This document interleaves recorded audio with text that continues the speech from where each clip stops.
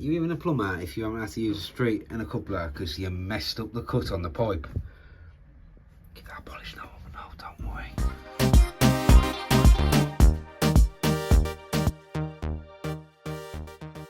Welcome back, part 2, final week on the renovation. So we're fitting the Worcester 8000 internal diverter, 4 zones, big 250 litre unvented. So the last few days we got on this one. This week has been the illest I've felt in I don't know how long. I've been so ill. I don't know how I've been at work. I really don't. I've just started to feel, it's Sunday today, and I've just started to feel a bit better. But we battled on through. We've got another busy week ahead of us. You just got to get through it, haven't you? So, as always, just drop us a like. Any questions or comments, just drop them below. I'll do my best to answer them. Look at subscribing. And yeah, the 2K giveaway. All the names at the end of this video. So yeah. Hope you enjoy. The plan of action today is get the mains connected. So I've got to put a T in here for the filling loop. Get connected to the mains down there. We're going to leave the outside tap there for the builders because I'm still doing some building work. Going to get this feed here. That feeds the expansion vessel here. I'm just going to feed the filling loop. So we've got to get that feed there across to there. We've still got to feed the radiator in there. So we've got to punch some holes through there for that. What else we've got to do? We've got to do the condensate down there. That's got to come up to the boiler. I'm hoping I've left enough room here. Don't really think that one through, did I? I'm pretty sure I can get it down there. That'll be fine. So yeah, once all that's done, I'm gonna get the cylinder in place. We'll probably get the water on once all that's in. Connect the hot up there. It's gonna come straight off the cylinder and hook into there. I do want to put a leak valve on here actually for maintenance in the future. I could put one there, but it's gonna be hard to get your hand around the back of the cylinder and turn it on and off. So down here should be better. So yeah, let's get the mains laid out. Actually, don't worry about that. Let's concentrate on this corner. Let's get the pipe from there to there. So we've got the cold mains in. That is ready for the filling loop here. So we can get the filling loop there. It's got a gauge on it, so it'll just come out there. Nice and easy for the customer to top up. The mains is coming down the wall here. Just got to clip that back in a minute. This is the wall. Then connect up to the mains down there. The D2 is out, just down there. I think I'm going to bring it up here. Then that one can go into it. I'm not able to angle that, so it comes down and into it. And obviously the cylinder one's got to be connected as well. Put a lever valve on for the cylinder so it can be turned off if we ever need maintenance. So yeah, I think I'll get the ton dish in now. Put it in here. You should be able. There'll be enough access around here to get to everything. So it'll be a bit tight, but you'll be able to get to it. I mean, you ain't really going to need to get to a ton dish very often. How often do you replace a ton dish? So yeah, I'm going to put the ton dish here. I think the discharge is in now through the wall. I think everything in that corner's done, so I can clear all this out. We can get the cylinder in. The cylinder's been in and out absolutely lost, trying to work out where the pipe work's going, taking it back out, doing the pipe work, so on and so forth. So I can actually get it in now and pipe it up. I'm hoping today it's all filled up and done. It's about 12 o'clock now, so I'm hoping by 2 o'clock I'm starting to fill up, but they still haven't decided what size radiator they want in the office, so I can't pipe it up yet. We'll just have to do what we can do. Cylinder's moved into position now. You see we've got pretty good access down the back. That pipe's come out spot on, so I'm just gonna bit of pipe out there, a T onto there. I might leave that extended out actually, then put a drain off on it. It's good access then if you need to drain it down in the future. Lever valve's got good access. Yeah, I've got good access to that as well. To pipe it up, it's got to be piped off there, but get some wipes off the van and clean my hands. Yeah, I've got to pipe that one up as well. Over to there. Yeah.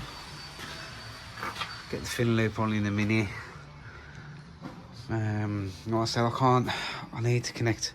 See that 15mm there? That's got to go into the return up here.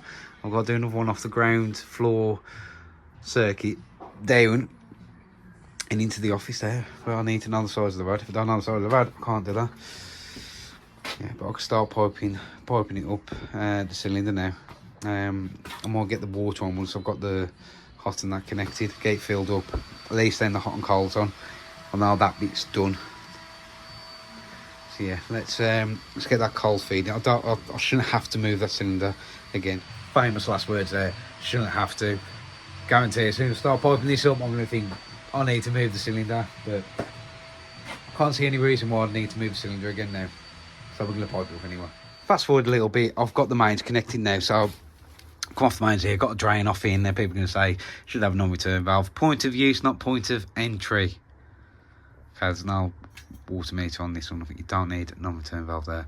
Use it on point of use, which would be like, yeah, so a tap up here, which I'm going to fit tomorrow because I need a new back plate. So I'll just put a lead valve there. I'm going to bend a bit of pipe so the builders have got some water. Yeah, teed off there, comes round into there, and everything's back on now. Now, we did have water coming out of the hot pipe, and I was thinking, why? I haven't even got the hot connected yet. What I've done is I'd linked the hot and cold on a basin to do the pressure test. Forgot I'd linked it. So yeah, as soon as I put the water on, started spewing out that pipe. But it's okay, we sorted it. So that is the water on now. The builders haven't shouted me to say there's any leaks, so that looks good. Right, so we've got the hot in now. So I've bent a bit of pipe, connected to the hot, opened up the lever valve. Spark is in here as well now, feeding the cables through, ready to wire it up. We've got to get a bend for the flow around the tank, so I'm going to try. I've never done this before, but I've seen it done. Bit of 22, capped off one end, filled it with water. I'm going to cap off this end, then bend it round the cylinder. It should give me the perfect bend round the cylinder. Yeah, it's day work. Day work, it just bent the pipe, so not convinced with that one. So the water's been on now for about 20 minutes. One of the back taps has popped off. Oh my lord! Yeah, it's a bit unfortunate that is. It popped off underneath on that brown rock up here.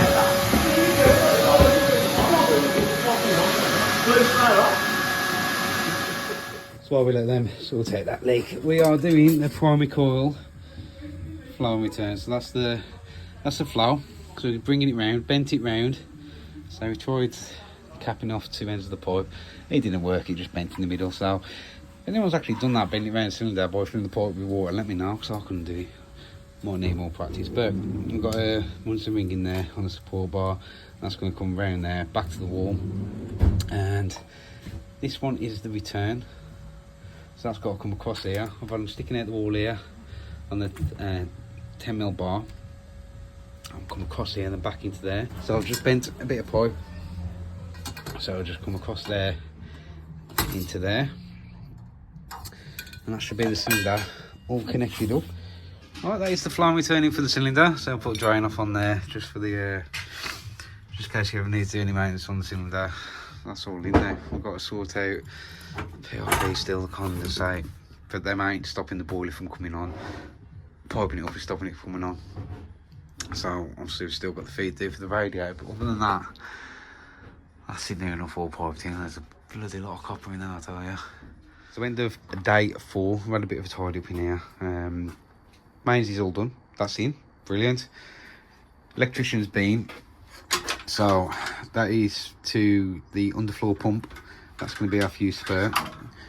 Them two are my immersions, so we're going to wire it in all there. We've got a nice space there, do all our wiring there. These will all reach, got plenty of, should have plenty on them. Let's have a look. Yeah, look at that.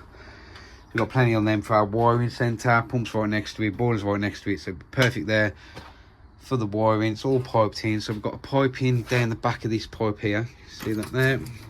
We have to bend it round and back down, and we just left it down there. Then I'm just deciding what size radiator I'm having the other side. Once I've done that, we can poke that one through and that one there. That one's got to go through as well to feed that radiator, but they're all connected in at the top there. That one there, and just at the top there on the right zones as well. Yeah, this is what we've been doing to finish off the day. Doing a bit of painting. That's just a bit of plywood that was painted black. It's just going to look, I mean, really, if I was dad my way, I would have had that all painted, the wall painted black before I'd even start. But it's more money, more time, you know. I can't make people do stuff like that, but it is what it is. It would have looked better if it was all black, but yeah, that piece will go in there and we'll wire it up, and you'll see all that tomorrow. So the last and final day I've got on here this week, I'm definitely gonna have to come back. I like the pipe work. There's 3 radiators still to fit. Not gonna get them done, but today I want to fill up, gas on, wide in, and tested really. Problem is, there's no electric. There were electricians here yesterday. I thought they was here today as well, but they're not. So we've got no power. I think I'm gonna have to put it on the floor lead for now. But I don't know how I'm gonna get it in to the garage. It's all sealed off, so we'll get over that obstacle when, you know, it's time. But for now, I'm gonna get the feeds in for that design rad, and on the office, get the gas done, make sure everything's capped, and fill up. So do you remember the Tesla bar where we had the pressure gauge and that? Well, we don't need that. We don't need the PRV, we don't need the pressure gauge, so just got a radiator blanking plug. That'll go in there nicely. That's it. So that is just now a support bar for my vessel, and it's just nice and easy to service that now. What a dream that is to work on. So yeah, just get that tightened up, and then I think that is ready to fill up. Nervous moment. Drain off hose ready, stuff cleared out the way.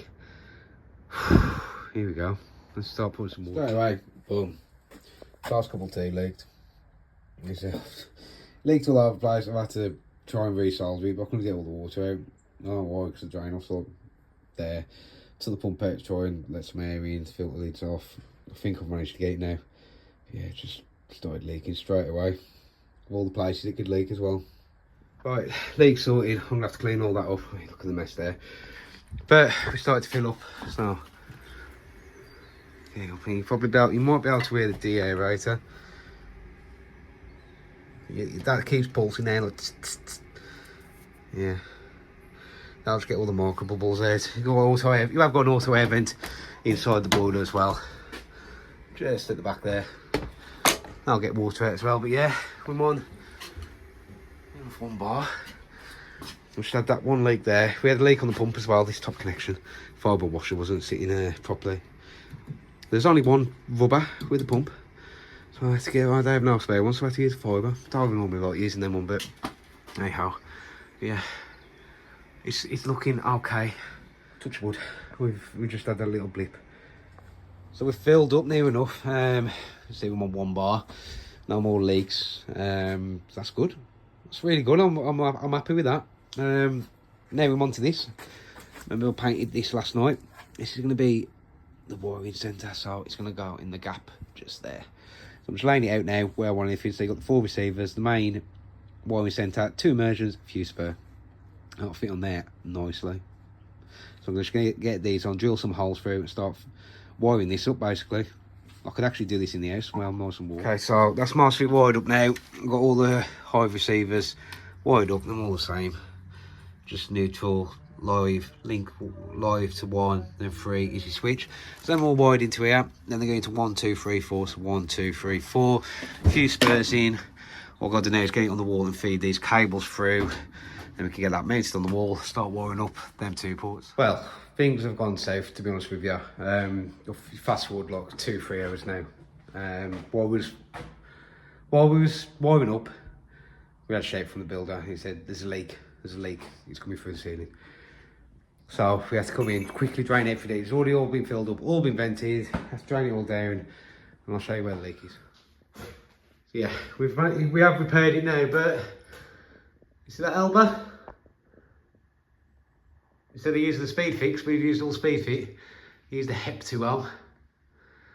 Yeah, and it come off. Because one of the nights that I was here, piping it up, I've run out of elbows. Like, I ordered an absolute load of fittings for this job, but I've run out of elbows. So I said to him, when you come back, I just need to get 2 elbows, 2 speed fit elbows, bang them on. Then his mate got them. We got HEP fittings, so they just used HEP fittings. He even said at the time, well, he said when he realised, he said, oh, no, I've used them fitting. So yeah, so I've just quickly do the wiring, getting it all up and running. It is about 5 o'clock now, and to be honest with you, I just feel awful now. I really do. God, this week has been horrendous for me. I just want to go out now. I'll still got to tidy up in here, but this is how it all finished off in here. You see, we've got the board in, the receivers at the bottom, it's all wired in. Then 2 are going to be the immersions, and that's going to be the fuse spur, which is currently on a plug just through the wall, just to get it up and running. Yeah, the boiler is on, it's all working. I can show you the commission and everything on this, because I'm just going to make sure the boiler's safe and turn it off for now. I'm gonna have to come back to this one. Very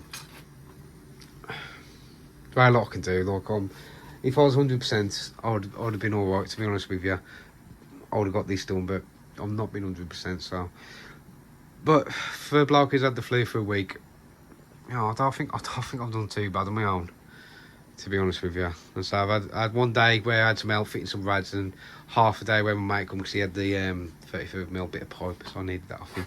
Other than that, that's all been me. All been me. Believe it or not, that's my biggest boiler install to date. This size, like 4 zones, big cylinder boiler. Yeah, I'm just a 3-bed semi type of bloke. I am 30 kilowatt combi, but I've enjoyed doing this.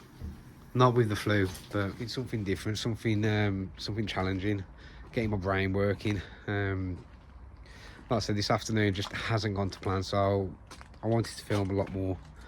I did. I know when I go back from this, I'm gonna regret not filming. But at the time, there's water coming through the ceiling. It was getting late.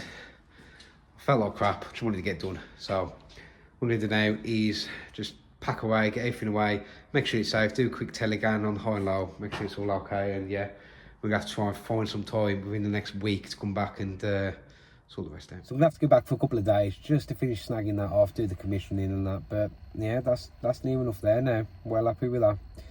I do have to apologise for the content. I do, because I know I can do better than that. The last two, I know I can do better, but I'll say I have been feeling really ill. That big project, I say I've done a few videos doing the underfloor, doing the first fixing, stuff like that. So I didn't really want to not do the final bit, which was the boiler install. So I decided, you know, record something just to get it out there. I'm happy I did, but I know I could have done better. So there you go. So the 2K giveaway. The way I did this, the video that I told you all to comment on for the 2K giveaway, I just put all them comments into a random comment picker. And it's just a free software you can get off the internet. Loads all the comments, then spits a name out, and the lucky winner is.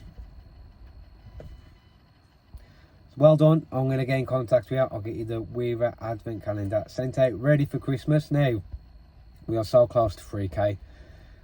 I was thinking about doing a 3K giveaway, but I want to push it to 5. I want to push it to 5K. Now, if I can get to 5K, I'll do a big 5K giveaway. So it ain't going to be like just a screwdriver, it ain't going to be an advent calendar. It's going to be like a tool bag with tools in it, stuff like that. So it's going to be a big giveaway. So make sure you subscribe, help the channel out, man. I'll do a big 5K giveaway if you can get to there. But thank you to everyone for the support so far. Honestly, it means a lot. Really appreciating you. Flu's gone, so let's get into it this week. Let's get some better content out there. Yeah, I'll see you on the midweek upload. Have a good one.